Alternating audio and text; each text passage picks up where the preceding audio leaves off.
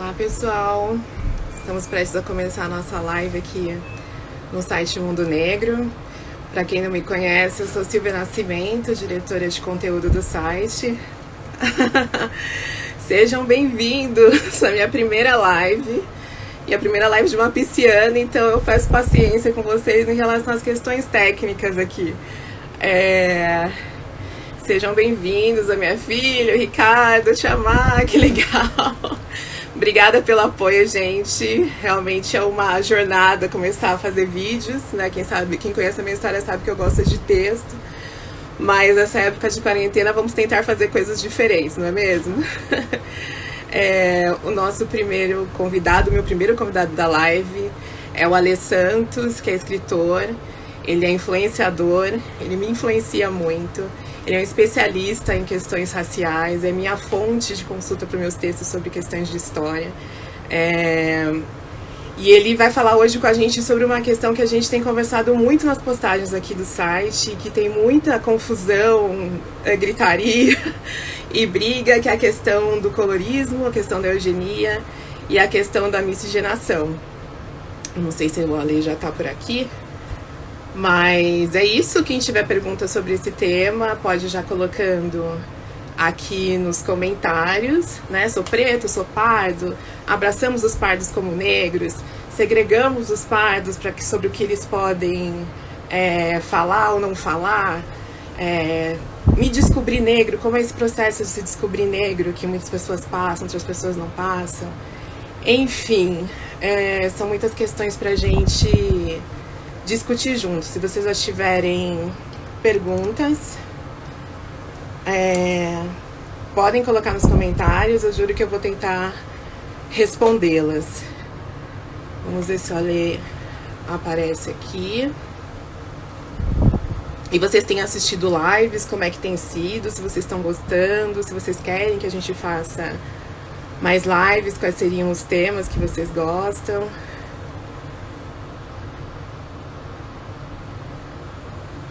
Vamos colocar o tema aqui.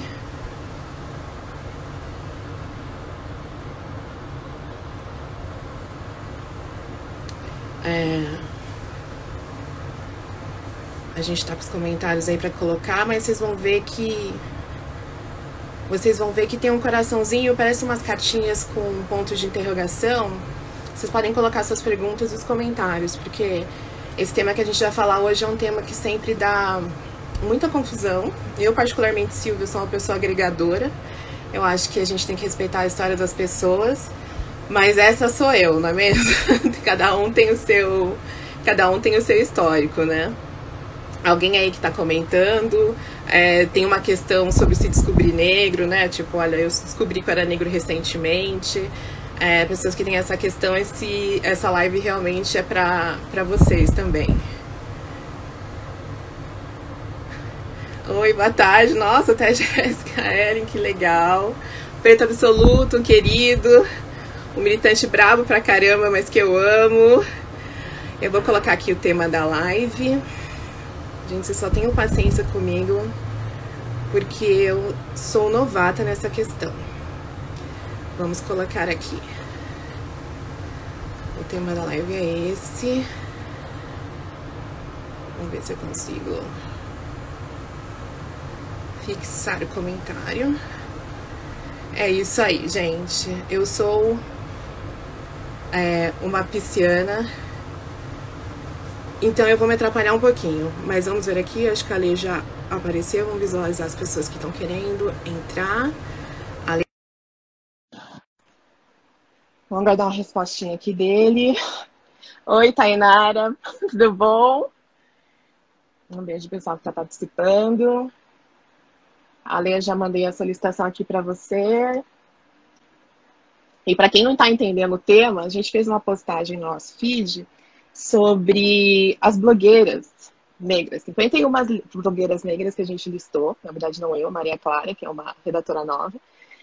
E eu vi muita polêmica a respeito de uma influenciadora que muitas pessoas falaram, não, imagina, essa pessoa não é negra. E aí a gente fica pensando, né, que essa pessoa que eles falaram que não era negra, que estava na postagem, é parecida com a pessoa que escreveu a matéria. muito parecida. E essa pessoa que escreveu a matéria se identifica como negro. Então eu fico pensando que comunidade a gente quer ser, né? Quando a gente realmente não sabe quem a gente vai identificar como negro ou não, né? Deixa eu ver aqui se o Ale tá tentando entrar. Deixa eu falar para ele me dar um oi aqui. Tá, gente? Ah, vamos ver aqui se eu consigo.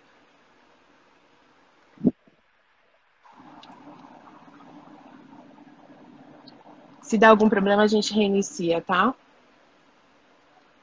Mas foi o convite, Ale. Como é que você tá? Agora sim. Aí!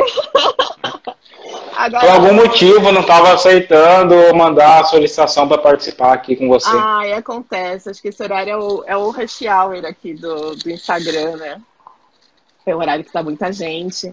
Ale, meu amigo, eu agradeço muito por ter aceitado. Nada que isso, estamos sempre juntos. É a minha primeira live.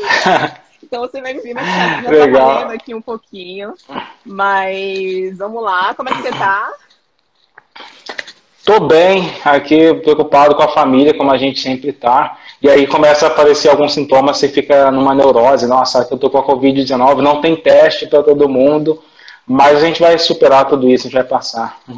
Sim, assim, a questão pra gente que é negro, né? A gente olhar as estatísticas e ver que pessoas parecidas com a gente são as que estão entrando mais no ranking de morte, né? De pessoas adoecendo. Pra gente que produz conteúdo é muito impactante, né? Às vezes eu me vejo olhando totalmente com a minha cabeça, pensando nos meus pais, nos meus tios, eu não tenho mais avós, mas meus tios no interior. É bem complicado, né?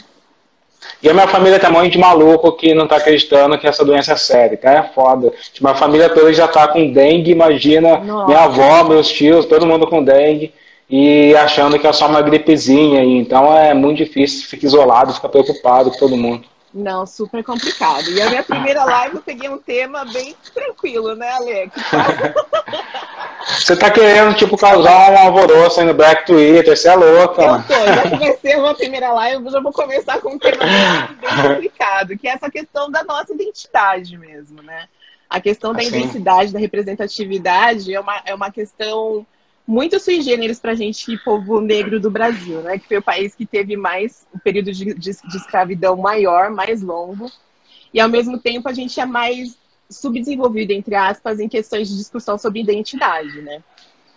E uma dessas questões mesmo é a questão que a gente fala do preto, do negro, do pardo, né? Que foi até o que a gente estava conversando hoje.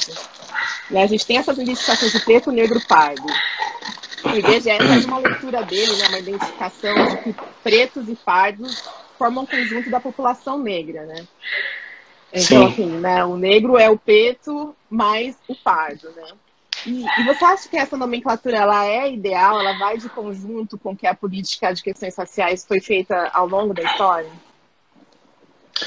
Então, é muito complicado, assim, porque assim, a raça é uma narrativa imaginada, né? Uma narrativa construída pela sociedade. E a sociedade vai mudando frequentemente, e assim como a sociedade vai mudando, as definições também vão se moldando às novas realidades, né? Eu acho essa consideração do IBGE justa, porque ela é baseada em estudos que mostrou que pessoas pardas no Brasil, elas têm uma vida muito parecida com pessoas que são pretas de pele retinta. Uma vida tão parecida e ocupar tantos mesmos espaços que não faria sentido não criar essa categorização, né? Isso aí falando mais baseado para um olhar mais sociológico, assim, as pessoas pretas e pardas, elas são mais parecidas entre elas e são muito diferentes de pessoas brancas. Então a gente está numa mesma categoria. Agora, minha visão pessoal é que se fosse em África, a gente seria etnias com alguns nomes diferentes, poderia ser tipo os povos do Nilo, que tinham umas peles um pouco mais claras, ou os Yorubás, que teriam identidades negras africanas ali, ligadas à sua cultura, mas que aqui a gente perdeu essa conexão com essa ancestralidade, a gente não pode mais ser chamado de Axante, de Yorubá, apesar que os Yorubás eles se chamam isso por conta da religião, né? Tem essa conexão cultural. Mas a gente não perdeu essa configuração, essa conexão com os países originais da África, Então os movimentos negros fizeram essa construção ali simbólica de maioria para criar uma identidade para todo mundo, né, que era chamado de cabra, de pardo, de mulato, todos esses nomes pejorativos ali, todos eles foram abraçados no guarda-chuva do que é ser negro, né? É uma narrativa do movimento negro brasileiro, né, uma narrativa nossa, que forma essa maioria para todas essas pessoas que são discriminadas por carregar traços africanos, seja um traço um pouco menor, como às vezes só o cabelo, mesmo tendo uma pele um pouco mais clara, mas todos esses traços que foram criminalizados, racializados, eles são abraçados dentro dessa configuração do que é ser negro. Isso é uma construção própria dos movimentos negros, não é uma construção de tipo de 10 anos atrás, eu estou falando já uma construção da década de 20, década de 30, estou falando de José Correa Leite, um dos maiores jornalistas negros do Brasil. Então eu estou falando do teatro negro experimental. Então, essa é uma construção quase que secular do que é ser negro na nossa sociedade. E aí o que o IBGE faz com as estatísticas é comprovar que essa construção faz sentido, porque pessoas negras de pele clara e pessoas negras de pele retinta, eles compartilham os mesmos espaços e ocasionalmente as mesmas desigualdades sociais do nosso país. Sim, porque assim, a gente não sabe as estruturas familiares, né? Por exemplo, tem pessoas da minha família, sim, a gente, voltando um pouco do Big Brother, né? Que o Big Brother acabou, mas não sai da gente, né? Mas eu lembro da questão da Fly, por exemplo. Eu tenho uma prima minha de segundo grau que é idêntica. O pai dela é irmão do meu pai, né?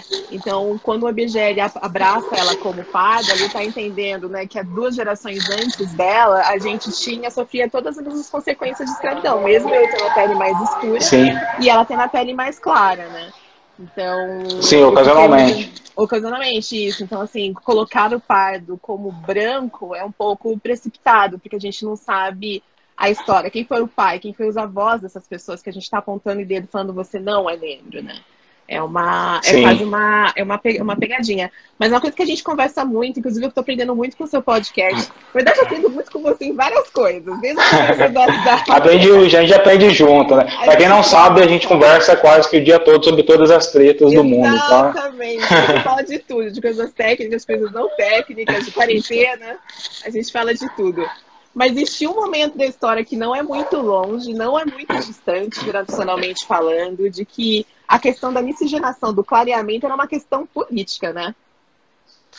Era uma questão, se tornou política pública. Existe uma parte chamada legislação eugênica, né? Se tornaram leis, então não foi só contra o povo negro, por exemplo, como houveram leis que tentaram a imigração de povos japoneses. Então, obviamente, depois teve uma negociação, os japoneses conseguiram acessar o país, mas o racismo no nosso país, no Brasil, foi uma política de Estado, né, de construir estruturas para receber imigrantes europeus e de ignorar que povos negros não tinham estrutura para se solidificar, para sobreviver, estruturas mínimas, sabe, tipo de saúde, de educação. Enquanto, por exemplo, em 1850 tinha uma lei que o negro não poderia nem passar perto de uma escola no Brasil, não houve uma destruição dessa lei até 1930, 1940. Então, assim, todas as pessoas que eram impedidas de passar perto de uma escola não foram abraçadas, não houve, assim, o Estado não falou na República, nossa, vamos compensar tudo isso que a gente fez. As coisas foram sendo arrastadas ali. E não só obstante o governo arrastar a desigualdade racial que ele construiu mais ferramentas legislativas para intensificar a desigualdade racial, né? Porque as pessoas odiavam o negro aqui no país. E isso é discurso médico, é discurso de psicólogo, odiavam. Tem livros que queria curar o que ele chamava de fealdade, que é as características da pessoa negra. Então, tudo isso foi construído no país, foi transformado em leis. A gente tem uma lei de 1945 do Getúlio Vargas, falando 45, que... Você está falando de onde quando os nossos avós... Pois é. Os nossos avós tinham a nossa Então, idade. quando a minha avó nasceu, as pessoas odiavam ela, odiavam seus avós, seus pais. Então, em 1945, as pessoas... o Getúlio Vargas assinou uma lei, um decreto de lei ali, que permitia a imigração de pessoas brancas, e está isso na lei, com a intenção de clarear, de manter as características europeias na sociedade. A gente está falando de um racismo que não é uma conjectura, não é tipo a lei imaginando, interpretando se a sociedade brasileira é racista. É uma lei baseada em racismo. Não tem como falar que o Brasil não é racista se a ciência daqui determinava a inferioridade de pessoas negras e indígenas, né?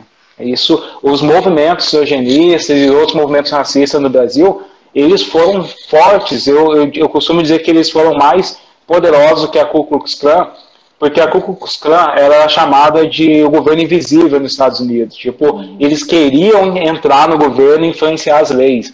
Os racistas brasileiros, eles eram o governo. É o presidente assinando um decreto de lei racista.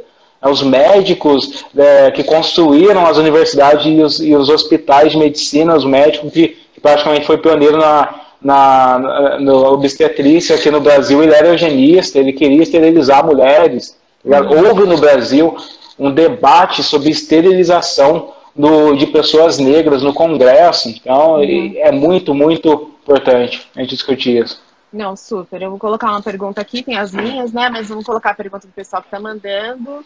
Eu acho que deve ser Sheila Carvalho. Ela pergunta, como se posicionar quando as pessoas falam que eu não sou negra? Eu me posiciono com conhecimento, assim, sabe? Essa política foi muito custoso para os movimentos negros criar essa maioria, né? Quando a gente fala, por exemplo, que negros movimentam 1,7 trilhão de reais, imagina se nós, ao invés de ficar discutindo o quanto se você é mais negro do que eu, a gente não direcionasse essa escolha desse 1,7 trilhão de reais para falar, eu não vou apoiar esse banco, eu não vou apoiar essa televisão, eu não vou apoiar a Netflix, sabe? Então eu acho que é uma discussão que a gente precisa superar, porque se a gente não superar, a gente não vai evoluir. Hoje, negros de pele clara, eles, ocasionalmente, nós somos a maioria dos negros no país, infelizmente. Essa é uma realidade que a gente tem que lidar. Então, se a gente não se compartilhar os ideais, compartilhar as lutas, vai ser muito difícil a gente mudar a sociedade. A gente tem que fazer essa política de maioria, tem que criar consciência em todo mundo, independente das variações de negros que nós somos, né?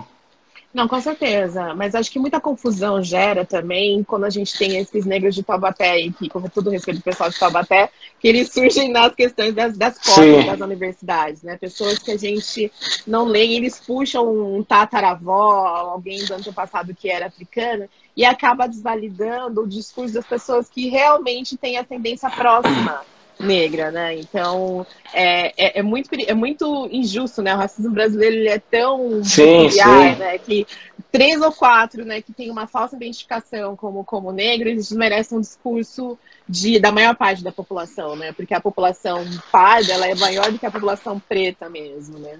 E quando a gente fala da questão da identidade, né, da Sheila, eu acho que a gente tem muito que ir atrás da nossa ancestralidade, da nossa história, para a gente sustentar realmente quando a nossa identidade é questionada, né?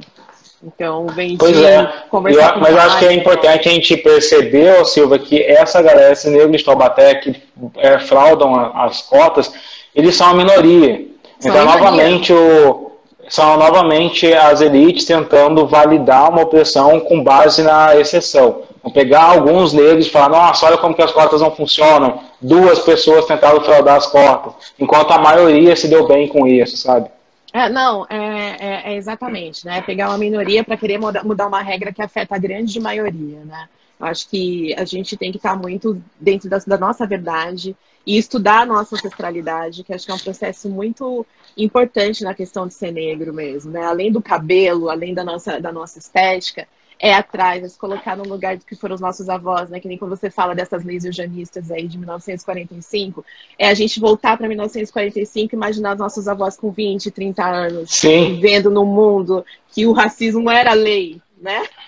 Se vocês não estivessem aplicando o racismo, você estava ferindo a lei, né? Então, acho que isso empodera a gente para falar das questões da nossa identidade pessoal, né? Aí aqui a Nicole Braz pergunta, alisar o cabelo me torna menos negra ou faz eu negar as minhas origens?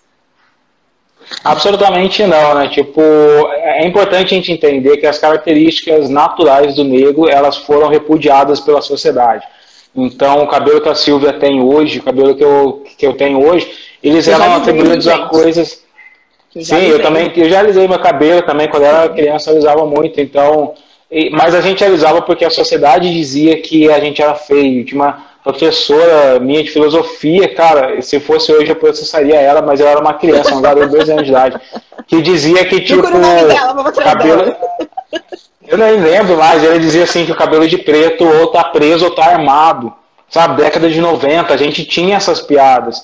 Então, naquele momento, a gente era empurrado para buscar um ideal de beleza. Agora, se você tem essa concepção, se você tem essa liberdade, se você entende, e mesmo se você acha que você fica mais bonito ao cabelo liso, você tem essa liberdade, né? A gente batalhou tanto pela liberdade para você ter esse poder de escolha, né? Olha, Nicole, eu mesmo esses dias estava aqui entediada com a quarentena e pensei, falei, gente, eu tenho uma chapinha lá, faz uns 3 anos que eu não mexo. Se um dia eu tiver com tédio e quiser usar meu cabelo liso, eu vou usar e ninguém tem nada a ver com isso. A gente tem a liberdade, né? Pois é.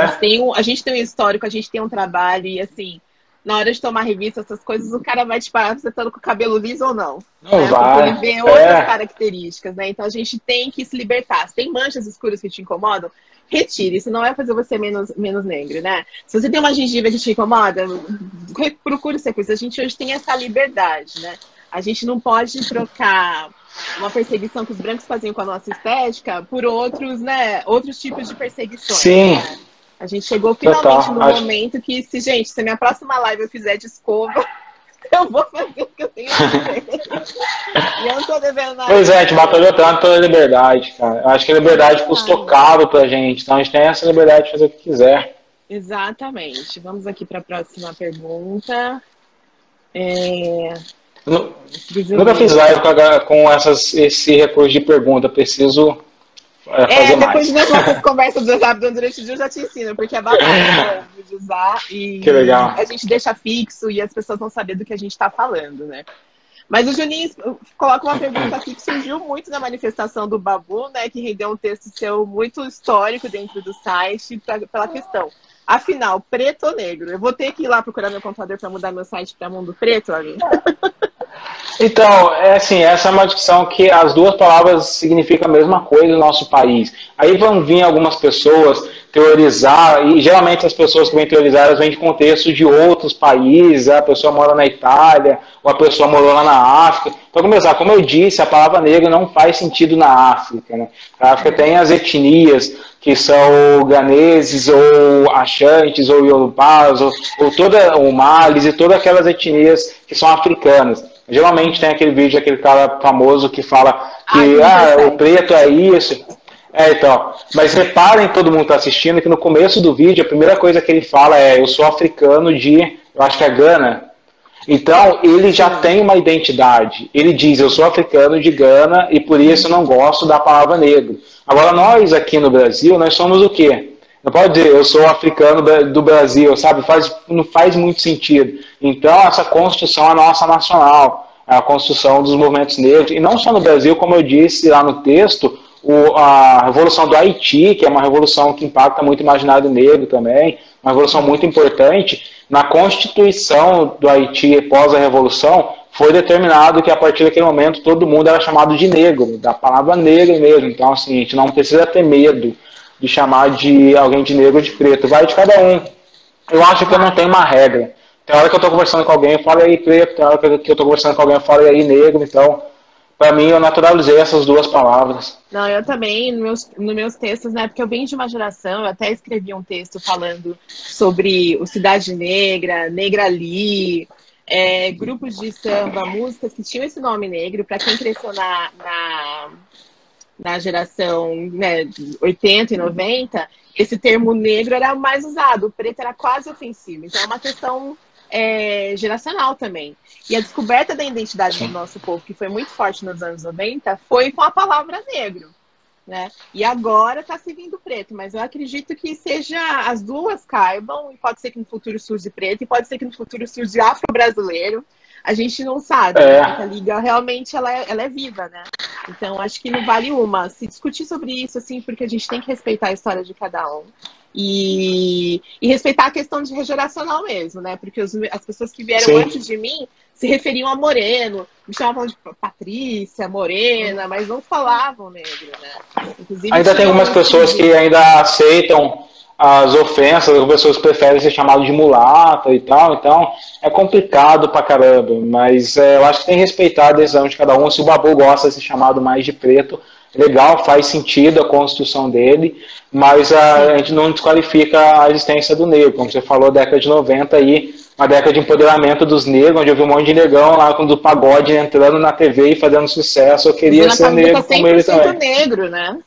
Sim, então faz sentido. Negro. Você vai voltar a falar, não, cara, você estava errado. Pra gente, quem tinha 20 anos nos anos 90, isso era muito empoderador. A gente tomou muitas porradas. Eu tô voltando um pouco, pessoal, se vocês forem fazer as perguntas, tem um cardzinho aqui com um pontinho de interrogação, só pra gente não perder, porque eu sou pisciana, eu sou naturalmente atrapalhada. Eu queria só então, só para fechar sobre esse assunto, preste atenção. Geralmente as pessoas que tentam questionar o uso do negro, elas não estão no Brasil e elas não estão conectadas com a intelectualidade brasileira. Nós temos que respeitar os ancestrais, os nossos intelectuais, as pessoas que lutaram pela nossa libertação nesse território. A nossa história afro-brasileira, a gente precisa ter mais orgulho, né, Ale? Porque a gente sempre, assim, a gente começou por uma referência americana de outros lugares. Marrom bombom, colocando aqui, marrom bombom, antes era elogio, coloca a mina lá, marrom bombom, a gente achava o máximo. Hoje, se chamar, a gente vai sair na voadora. Mas eu tô fazendo uma observação aqui do Bernardo, que ele falou da questão do cabelo, do alisamento, que alisar o cabelo é negação. Mas isso também mostra que a gente não conhece a variedade estética e estética no sentido assim, do visual do nosso povo, do nosso continente. Tem nações africanas que as pessoas nascem com cabelo liso. Tem nações africanas que as pessoas nascem com cabelo claro, que as pessoas nascem com os olhos claros. Então, assim, é muito fechar os olhos para um fenótipo que, logicamente, escuro, crespo, que representa a maior parte da população negra africana, mas não é o único, né? Tem regiões na África que eu já vi foto, o pessoal nasce com cabelo loiro, nasce com cabelo naturalmente liso. Né? Então, você tá negando as suas origens pra quê? Né? Se a gente, na verdade, nem sabe da nossa origem, na verdade. Tá todo mundo nessa bagunça. Então, fala, você não pode. Às vezes você descende de um povo que tinha o cabelo naturalmente liso, gente. Né? Nariz fino, né? As pessoas... Né? Você pega a Lupita mesmo, ela não tem um nariz muito largo. Né? Então, os negros americanos, eles foram colonizados da Nigéria, né? Então, os Igbos, a etnia Igbo foi mais para a Nigéria e o Brasil é mais Yorubá. Então, você percebe uma diferença de traços de alguns afro-americanos que são mais ligados aos africanos e alguns afro-brasileiros são mais ligados aos africanos e Yorubás. Porque os Igbos eles têm umas características diferentes. Você também tinha as Hottentot, que eram aquelas mulheres que tinham realmente os glúteos maiores, como a Vênus Noire lá e tal, que eram as características específicas também. Assim, a África tem uma variedade muito grande, é importante a gente lembrar dela. Super, aqui nosso amigo Preto Absoluto tá falando que se é real que o Gilberto Freire foi pago pelos portugueses para amenizar a escravidão praticada no Brasil. Faz sentido, né? Porque eu não sei se oficialmente, mas o Freire, inclusive, ele representava o Brasil em congressos internacionais, então se ele não foi pago oficialmente, a narrativa dele rendeu dinheiro para ele, que ele ia visitar muitos outros países para dar palestra, né? Ele se tornou em um determinado momento o nome que identificou a sociedade brasileira. Ele ganhou muito dinheiro com a visão dele para o Brasil.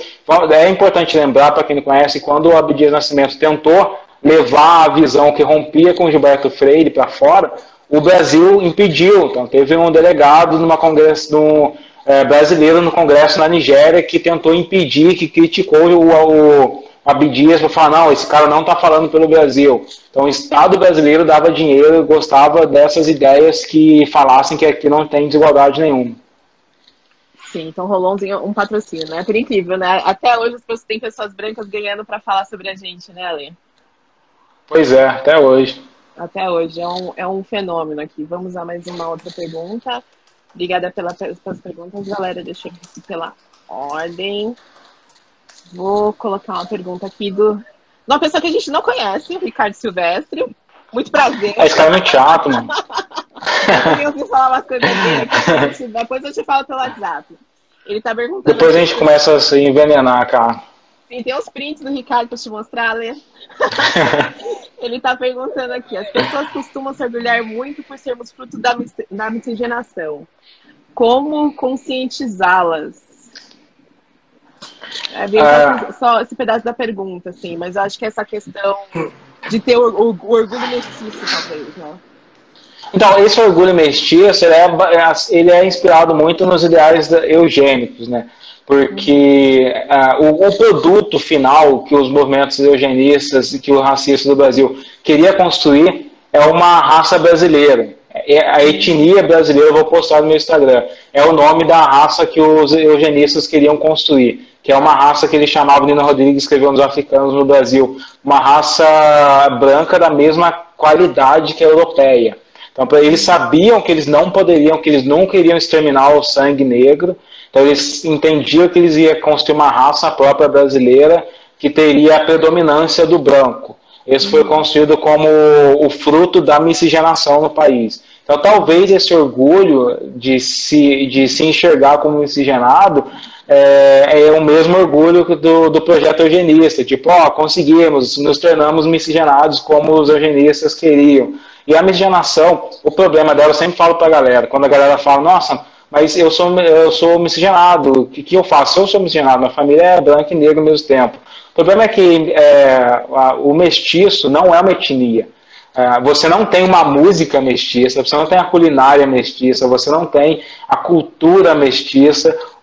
Então, quando você se assume como mestiço, você está abrindo mão, jogando no lixo toda a cultura de um povo que sangrou para isso acontecer. Então, eu prefiro me identificar com uma etnia. Ser negro é uma etnia, porque tem as etnias, a cultura negra brasileira, o samba, o pagode, o funk, o rap. Então, quando você começa a entender o que é uma cultura, você passa a se identificar com ela, né? Ser considerado mestiço é assumir que você é um limbo, que você não tem cultura nenhuma, que você não tem ancestralidade nenhuma. É apagar você a identidade negra, né? Apagar as identidades que construíram você. Então, acho que é isso. Com certeza. Acho que a conscientização vem disso, de entender que miscigenação não é uma etnia, não é uma cultura, não é um povo. Sim, com certeza. Vamos ver aqui as próximas perguntas. Maiara aqui perguntando como lidar com essa necessidade dupla de afirmação racial dentro e fora do movimento negro. Porque tem pessoas realmente que se sentem pressionadas, né? Às vezes eu vou colocar uma matéria sobre uma pessoa que eu considero negra e as pessoas falam, você não pode falar sobre ela porque ela nem se declara negra, ela nem fala que ela é negra, ela nem não sei o quê. Existe essa necessidade para você realmente das pessoas falarem, terem que realmente todo mundo se afirmar como negro? Então, uma vez eu encontrei o vovô do Ilê e ele me disse uma coisa muito genial, né? E a gente já tinha uma percepção. Ele falou assim, não se preocupa em tentar agradar todos os negros. Isso nunca vai acontecer. Não se preocupa em entrar em todos os grupos de movimento negro. E quando a gente fala de movimento, a gente tem que lembrar que existem movimentos negros, né? Não é só um movimento uníssono. Então, existe algum grupo que vai falar para você, eu não gosto de você que você não é tão negro. Vai para outro grupo, sabe? Isso é muito natural. Essas variações de existência, de experiência de negros, elas são muito naturais. Então, acho que você não deve colocar um peso sobre você. Se você encontra um grupo que não te aceita, procura outro. Ocasionalmente, o importante é estar todo mundo tentando lutar pela identidade negra. Tem um livro que eu trabalhei sobre o Luther King, que eu vou dar um spoiler aqui, mas é um livro de um garoto que ele se encontra como negro depois de ser preso pela polícia, e para entender como é ser negro, ele começa a escrever cartas para o Luther King. Vai ser lançado no Brasil ainda, é um livro muito emocionante. Em determinado momento da vida dele, da história, ele se pega nessa fase, porque ele é um negro rico, e aí os negros pobres começam a falar para ele que ele embranqueceu porque ele está andando com uma galera de rica. E a mãe dele fala para ele, filho, nós temos duas poderosas forças no mundo. Uma grande força que é o racismo, que vai te colocar para baixo, e as outras forças são as próprias pessoas, são forças menores, mas que também vão querer te impactar por motivos pessoais. Então você vai ter que lidar com todas as forças. O racismo, que é hegemônico, que é maior, mais poderoso, e ocasionalmente você vai ter que confrontar algumas pessoas. Isso não torna a nossa vida mais fácil, mas você tem que entender que nós somos diferentes e a gente tem que aprender a conviver com os conflitos, né? Sim, falando em livro, Ale, olha o que eu tenho aqui na minha mão. Ao raça e resistência. O meu tá seu por livro. aqui. O seu livro. Fala isso, ó, eu ganhei um livro fenomenal que eu vou indicar pra galera. Que é um livro para criança da Maya Angelou com ilustrações do Basquiat. Que Cara, demais. esse livro. Qual editora? Ai, qual editora? Caramba, não tá aqui o nome da editora. A Caveirinha. Ai, que legal. Cara, procura. Depois você me manda Eu ganhei lá esse pela livro foto, recentemente. Eu vou Vocês fazer uma procuram. matéria sobre lista de livros, mas voltado para nossa moçadinha aí, para aumentar a consciência negra nesse tempo de quarentena, né? E esse é o E o meu tá seu, aqui. assim, né? E esse livro aqui, ele fala muito sobre questão de identidade para quem quer fazer esse resgate, né, Alê? Porque voltar para os estudos é isso, né? Que nem quando a gente vê os brancos falando, negros, vocês têm que me ensinar, eu quero aprender com vocês. Mas a gente também está aprendendo de maneira autodidata, não é isso? E os livros são muito importantes nesse processo, né? São, assim, a popularização do conhecimento é uma coisa mais recente para o povo negro, né?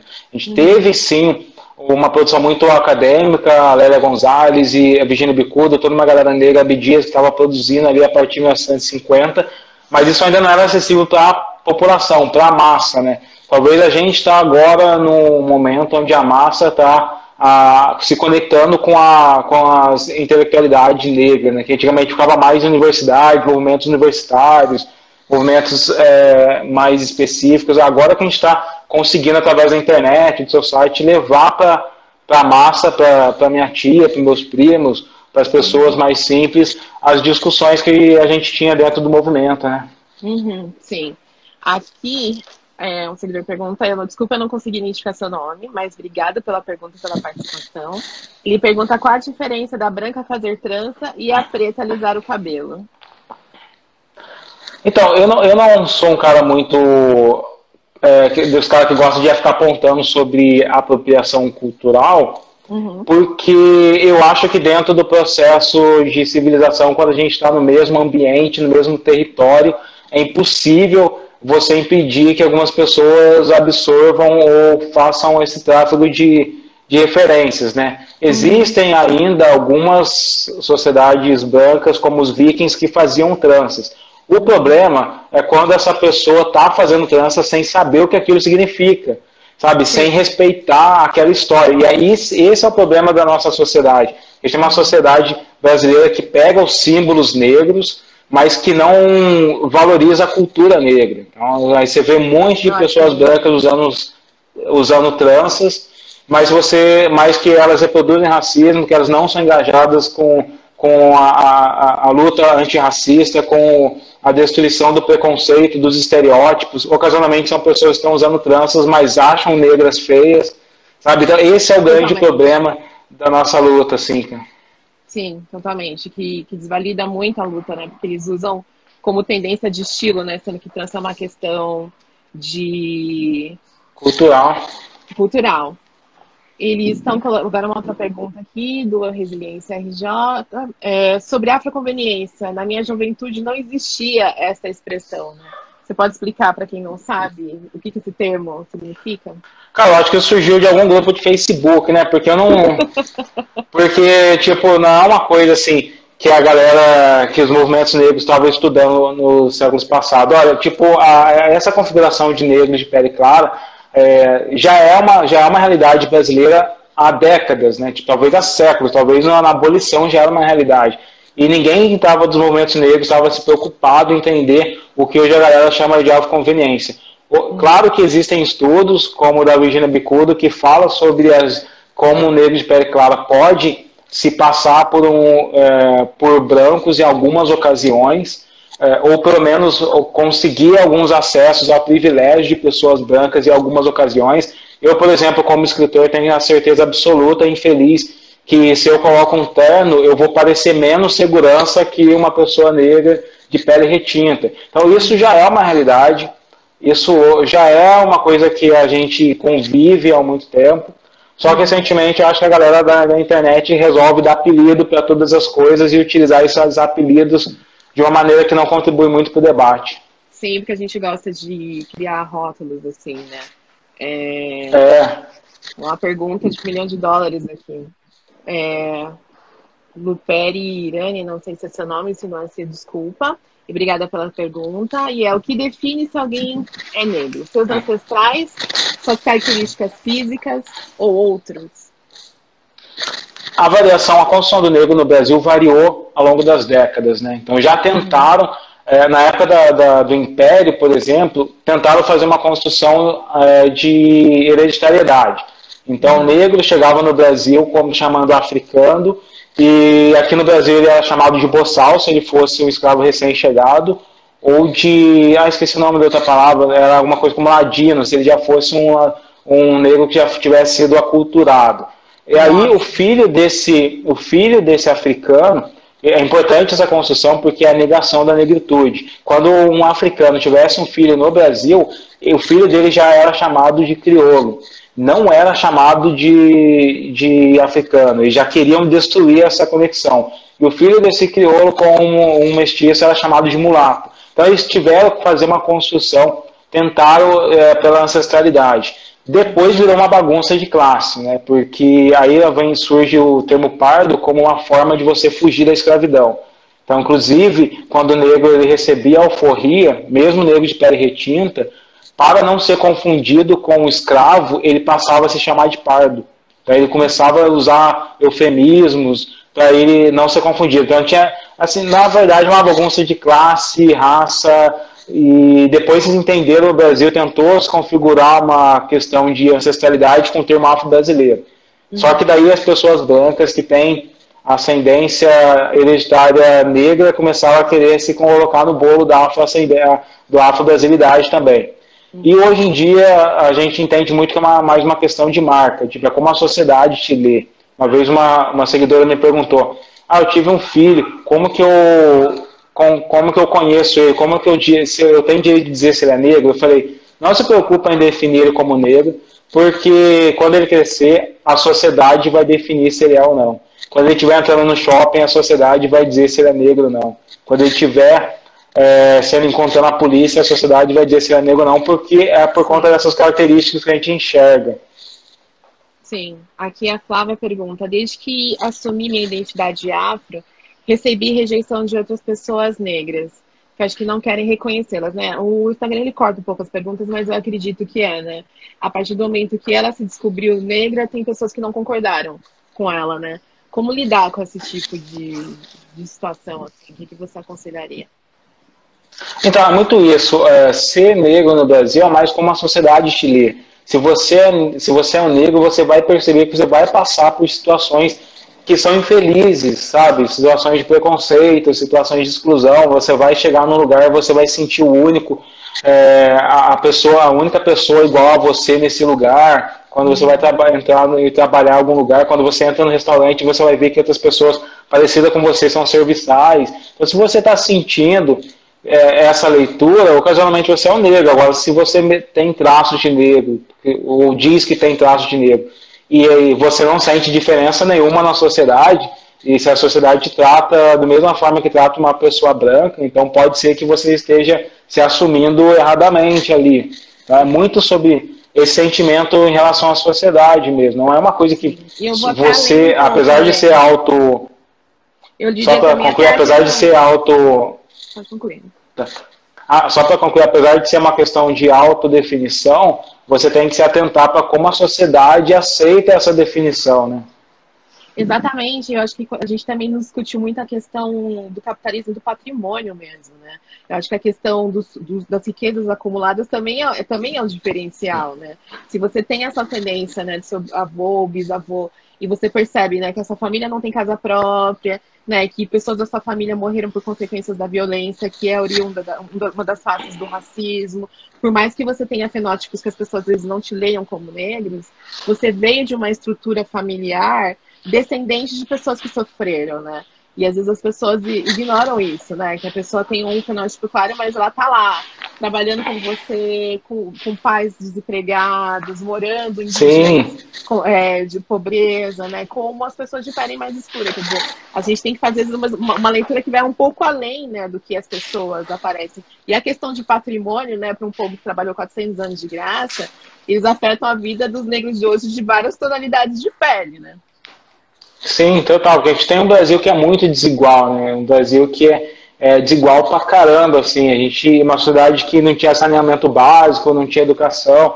Então, obviamente, as pessoas negras, elas são muito mais impactadas com isso. Então, se você é impactado por essa desigualdade, você se sente excluído, ou entra no espaço e percebe que te tratam diferente, ocasionalmente você é negro, assim. Sim, com certeza. Aqui a Adelene pergunta: o racismo no Brasil tem mais a ver com a cor, classe social ou a junção das duas coisas? Então, não necessariamente é cor, sabe? As pessoas tendem a achar que, tipo, ser negro é só ter a cor negra, né? Então, a cor não é negra, a negritude não é uma cor, mas a negritude é uma etnia de várias pessoas que tinham traços que lembravam africanos. Então, se você tem vários desses traços assim e realmente vem dessa classe social mais baixa, você provavelmente é negro. É assim que a sociedade construiu o que é ser negro no Brasil, porque as pessoas brancas, que principalmente as que vieram, que migraram para cá, elas foram tratadas de modo diferente, elas foram colocadas em espaços diferentes, em bairros diferentes, em trabalhos diferentes, e não teve toda essa construção de demonizar as características físicas dela. Com certeza. Vamos ver aqui as outras perguntas. Vou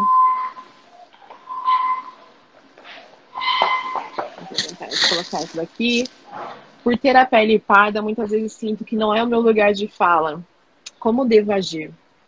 Existe esse silenciamento? Então, né? Tem esse silenciamento também, né? Tipo, mas eu sou um cara um pouco crítico ao lugar de fala, porque eu acho que ele substitui o conhecimento de causa. E, assim, no processo comunicacional, a gente tem o emissor e o receptor da mensagem. O lugar de fala questiona o emissor. Eu gosto de focar no receptor. Eu acho que a gente tem que criar um trabalho que fortaleça a intelectualidade, as discussões, ou tentar mudar a nossa fala para que as pessoas percebam que quem está falando, de onde ela vem, qual é o contexto dela, por que ela está falando aquela situação. Isso, numa sociedade que é desigual, uma sociedade que, por mais que a gente queira, vai valorizar discursos de pessoas brancas na TV, no jornal, em qualquer lugar, é ficar batendo numa tecla que não vai mudar. Eu acho que se você...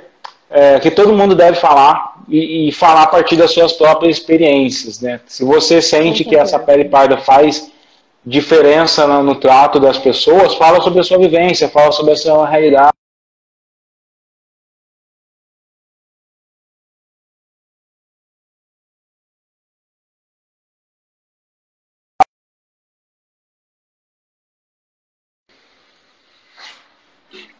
Desculpa, deu uma travadinha aqui. É só essa pessoa não se colocar no lugar de uma pessoa mais escura, uma pessoa que tem traços mais africanos. Mas se você falar a partir das suas experiências, você vai encontrar uma forma de ajudar o debate público. Sim, com certeza. Deixa eu ver aqui a próxima pergunta.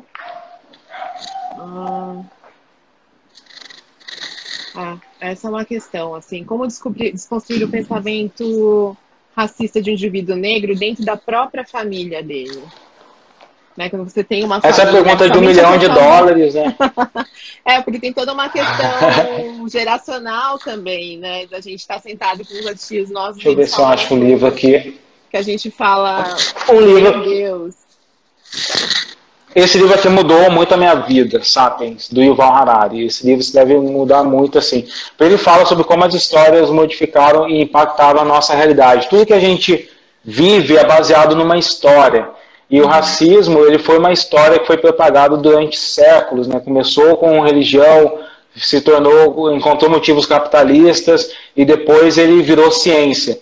E aí o Yuval Harari, ele diz que uma grande narrativa, por exemplo, o comunismo, ele só é combatido com uma contranarrativa que tem o mesmo peso. Ou seja, o seu parente não vai desconstruir o racismo só em uma conversa que você vai ter com ele. Vai ter que ter a percepção da sociedade, vai ter que ter artistas, vai ter que ter toda uma concepção que vai impactar o imaginário dele. Livro, né? É o Sapiens? Sapiens. Cara, esse livro é fenomenal. E é um livro importante porque o Yuval Harari é israelense e, se eu não me engano, e vem de uma interpretação da sociedade que é decolonial, né? Sociedade um cara fora do eixo Europa, Estados Unidos, definindo o que é ser o ser humano. Importante essa leitura. Ele é incrível, ele fez inclusive um Roda Viva recentemente esse ano também falando sobre tecnologia, que eu acho que é uma coisa que as pessoas deveriam assistir, que fala sobre privacidade, dados. Ele tem uma visão muito diferente, assim, né? E eu acho que, assim, eu acredito que a próxima utopia racial no mundo pode ser construída pela tecnologia. Sapiens, gente. Com certeza. Com o título é Sapiens. Vamos ver outra pergunta aqui. Tá chegando muitas perguntas. Essa é uma pergunta bem legal. Qual a diferença de branquitude e brancura? Eu acho que brancura tem a ver com cor mesmo, né? E branquitude tem a ver com características psicológicas, sociais, comportamentais, né? Vale lembrar a passagem do Malcolm X. Malcolm X, ele foi um cara que ele atacou muito a branquitude. Depois ele foi lá para Meca, e quando ele volta de Meca, ele fala a seguinte frase: eu entendi que o branco americano é primariamente um comportamento e depois uma questão de raça. Então, o ser branco nos Estados Unidos é primeiro assumir esse comportamento de supremacista, de achar que ele é o melhor de todos, de silenciamento de pessoas negras. Então, eu acredito que a branquitude é muito isso, né? É essa construção comportamental, social, que se isentou da discussão racial, que não se racializa, que se percebe como ser humano padrão e que acha que não consegue reconhecer os privilégios. Com certeza. Outra pergunta do Felipe, que eu também gostei, que é uma questão, às vezes, que eu tenho na hora de escrever meus textos, né? O termo afrodescendente, ele foi abolido? Afrodescendente? Não é que caiu por terra. Não é que caiu por terra. É que muitos afrodescendentes não são negros, né? Tipo, está numa sociedade que se miscigenou bastante. Você tem, teve toda aquela questão dos estupros que começaram ali no ano a partir do 1600, 1700. Só que tem um momento que a sociedade dá um salto e não é mais a partir da cultura dos estupros. Para vocês terem uma ideia, em 1890 a gente tinha 17 milhões de brasileiros. Quando chega a 1930 já são 47 milhões. Então essa galera que se miscigenou toda, ela já vinha de uma outra cultura, que é essa cultura da naturalização da mestiçagem. E aí você tem muitos brancos que ocasionalmente vêm de pessoas negras, assim. Por isso que você não pode usar muito afrodescendente, se vai encontrar um descendente de um negro que seja uma pessoa branca. Com certeza. Aqui o pessoal do Museu da Abolição, obrigada pela participação. Identidade racial e racialidade, qual é a diferença? Cara, o pessoal tá mandando pergunta difícil, né? Você viu nossa qualificada, ali. Eu não sei se isso está muito bem definido na minha mente. Eu acredito que talvez identidade racial é a sua identidade em relação a um povo, alguma etnia. E racialidade talvez seja essa necessidade de definir as características desse povo em termos biológicos, em termos sociais. Acho que isso serve. A gente tem mais 10 minutinhos. Quem tiver mais perguntas pode colocar aqui na cartinha que tem os pontos de interrogação, porque as perguntas sobem e descem e fica difícil para a gente acompanhar. Aqui o Ivo pergunta: uma pessoa branca usar a palavra preto seria ofensivo? Então, eu coloco muito essa questão.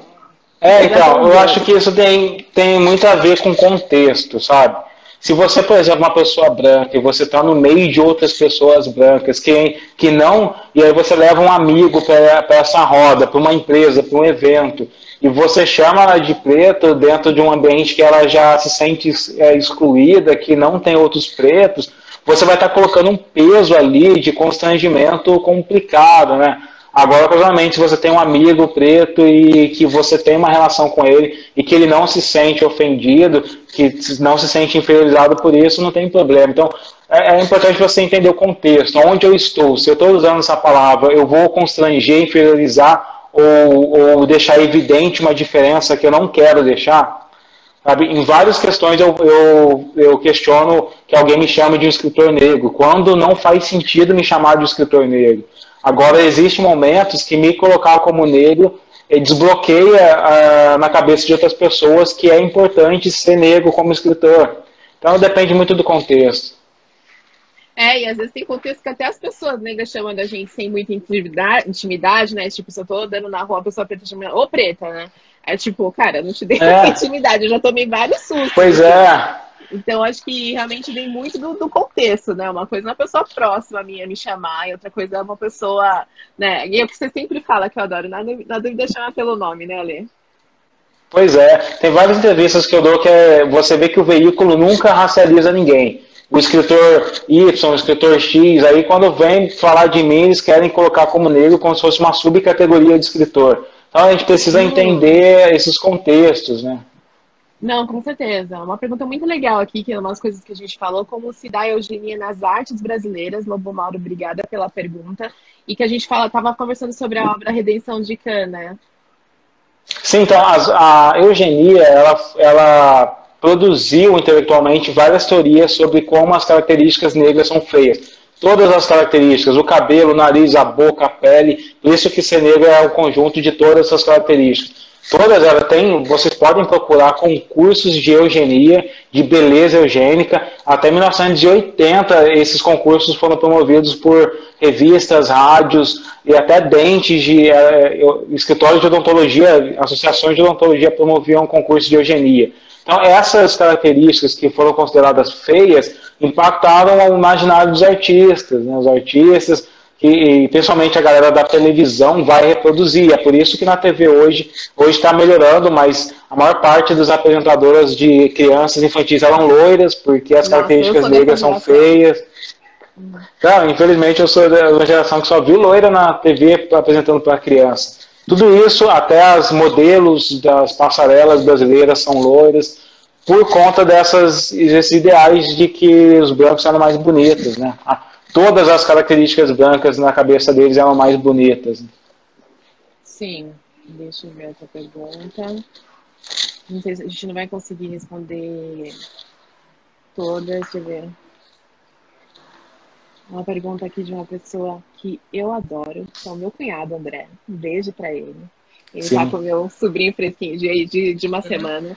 E ele tá perguntando, levando em conta os últimos anos, quais são os próximos passos que você acredita, né? Acho que para a equidade racial, né? Que são muitas gerações. Eu sou um cara que defende o afrofuturismo como um movimento de inovação tecnológica, não só um movimento literário, mas eu quero levar o afrofuturismo para as empresas. A gente não quer mais que o nosso povo, as pessoas pobres e pretas, aprendam o algoritmo do Instagram. A gente quer construir os algoritmos para as pessoas brancas aprenderem as nossas regras. Então, na minha visão, o próximo passo é a gente produzir as tecnologias do futuro. Nossa, com certeza. A gente tem um trabalho aí, algumas nações africanas trabalhando aí com investimentos de próprios africanos, né? Sim. Essa pergunta é legal. Ainda existe hoje alguém vivo no Brasil que apoiou o movimento eugenista? E, gente, essa live vai ficar salva. Se eu não me atrapalhar, eu vou colocar essa live na íntegra no nosso feed. A última vez que eu falei isso, esse cara quase tentou me processar, mas Olavo de Carvalho, os livros deles têm os mesmos pensamentos que os eugenistas. Se você lê Oliveira Viana, Silvio Romero, Nina Rodrigues, Renato Kell e lê Olavo de Carvalho, você vai ver que, inclusive, né, tipo, esse presidente canário que a gente tem, já defendeu a esterilização de pessoas pobres. A gente tem pensamento da eugenia vivendo no nosso mundo. Se você quiser conhecer quais são esses pensamentos, ouve meu podcast lá, porque eu li todos os livros dos principais eugenistas no Infiltrados no Cast. Não, com certeza. E assim, o Olavo é o assumido, né? Os que não se assumem, Tem trechos do Olavo de Carvalho. Aí, gente. Tem um livro do Olavo de Carvalho que diz que os negros abandonariam a sua própria cultura porque eles sabem que isso aqui é inferior, tá ligado? Ele diz isso, e aí você vê aquele cara, que é o Felipe Moura Brasil, que foi o cara que editou esse livro, e eles não conseguem enxergar o racismo nisso, não conseguem enxergar a eugenia nisso, é absurdo. Não, com certeza. Aqui, a Freitas Mate pergunta, percebe relação da discussão de colorismo com a implementação de cotas? Se sim, comente um pouco. Eu acho que eu não consegui compreender muito bem essa pergunta. Se tem uma relação do colorismo com a implementação das cotas, eu acho que as cotas, sim, elas... Talvez das pessoas, quando você fala do colorismo, você está falando dos vários tons de pele negras. Aí vai ser, acho que talvez umas pessoas mais claras vão se identificar como negras, portanto, tendo direito às cotas, né? Então, esse é um debate bem complexo. Eu sei que as cotas elas já promoveram uma inserção de muitos negros nas universidades, e uma discussão que tinha muito é se esses negros teriam a mesma qualidade de ensino, o mesmo desempenho. Isso já foi superado já também com mais de 10 anos de cotas, mostrou que as coisas têm dado resultado. Essa questão, essa linha entre ser o negro de pele clara e o branco de pele escura, isso nunca vai ser muito bem definido, né? Porque o racismo, a raça, ela é uma construção social, e enquanto a sociedade for se movimentando, essa linha de eu sou branco demais para ser negro, eu sou negro demais para ser branco, vai ficar, vai ser volátil, vai se movimentar com as intenções políticas também. Sim, gente, a nossa live tá para acabar. Eu não sei se o Instagram vai derrubar, porque às vezes ele dá uma hora. Vai, ele derruba. Ele derruba, né? Então acho que é legal a gente já tá encerrando. Ale, fala sobre o que você quer divulgar, acho que a questão do seu podcast, isso falando sobre as pessoas mais racistas da história, né? Que você tá levantando o nome de gente, Renato, porque eu nunca tinha ouvido falar. Então, no meu podcast, Infiltrados no Cast, estou com uma série que é Os Maiores Racistas da História, onde eu estou lendo os pais e os teóricos do racismo no nosso país, para vocês entenderem de onde veio o racismo, de onde vêm os estereótipos, o que eles acreditavam, por que eles acreditavam, qual era o contexto. O próximo episódio vai falar sobre o cara que popularizou o branqueamento, a ideia de branqueamento, que é o João Batista de Lacerda. E é isso, me sigam aí no Instagram e sigam o Mundo Negro. Eu estou no Mundo Negro também escrevendo alguns artigos. Sim, a gente vai manter esse contato, as nossas ideias. Sim, a gente vai deixar essa live, se der tudo certo, salvar, deixar no nosso feed com as arrobas direitinho. E o nome do podcast, o nome do livro do Ale vai ficar tudo no nosso feed daqui a pouco. Obrigada pela audiência, desculpa que a gente não conseguiu responder todas as perguntas, mas se vocês finalizarem nos comentários, a gente volta e continua falando sobre esse assunto. Ale, meu querido, obrigada, adorei que a minha primeira live foi com você, viu? Tamo junto, precisando é sempre nós, Silvio. Então tá bom, querido. Tchau, gente. Obrigada, viu? Tchau, tchau. Tchau.